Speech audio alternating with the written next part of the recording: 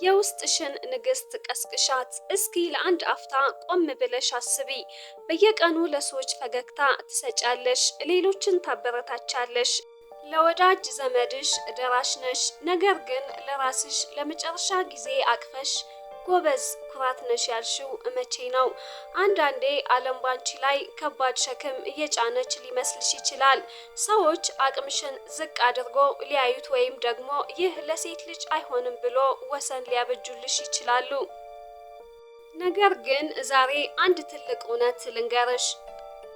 በቅድሚያ ግን ለዚህ ቻናል ቤተሰብ ካልሆኑ ሰብስክራይብ በማድረግ ቤተሰብ ይሁኑ። የአንቺ ዋጋና አቅም የሚወሰነው በሰዎች አስተያየት ሳይሆን በውስጥሽ ባለው ታላቅ እምቅ ኃይል ነው። ሴት ማለት የወደፊቱን ትውልድ የምትቀርጽ፣ ታሪክ የምትሰራና በየትኛውም ዘርፍ የላቀ ውጤት ማምጣት የምትችል ድቅስ አቅም ነች።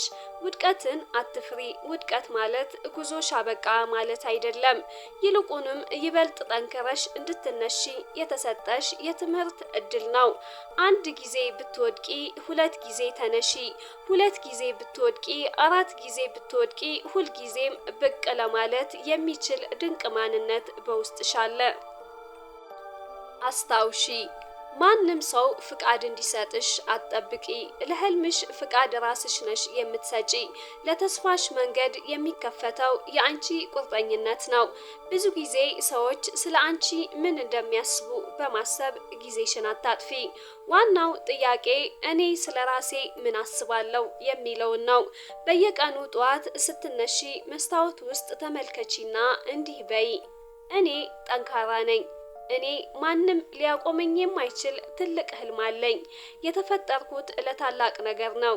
ጉድለቶችሽ ውደጃቸው፣ ምክንያቱም ልዩ የሚያደርጉሽ እነሱ ናቸው። ውበትሽ በውጫዊ ገጽታሽ ብቻ ሳይሆን በጽናትሽ፣ በደግነትሽና በተስፋ ባበሩት አይኖችሽ ውስጥ ነው። ራስሽን ከማንም ጋር አታወዳድሪ። የአንቺ ውድድር ከትላንትናዋ ራስሽ ጋር ብቻ ይሁን።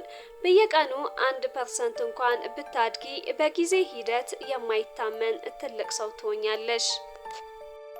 ዛሬ አዲስ ምዕራፍ የምትጀምሪበት ቀን ይሁን። ያቀድሽውን ስራ ለመጀመር፣ አዲስ ክህሎት ለመሰልጠን ወይም ለረጅም ጊዜ ስትፈሪው የነበረውን እርምጃ ለመውሰድ ዛሬውኑ ተነሺ። ይቺ ዓለም የአንቺን ድምፅ፣ የአንቺን ሀሳብ እና የአንቺን ጥንካሬ ትፈልጋለች። በፍጹም አትቀንሺ። ማንነትሽን አታሳንሺ። ቦታሽን አትልቀቂ። በውስጥሽ ያለችውን ንግስት ቀስቅሻት። አክሊልሽን አስተካክለሽ አድርጊና ወደፊት ተራመጂ። ምክንያቱም አንቺ ማንም ሊያቆምሽ የማይችል ድንቅ ፍጡር ነሽ።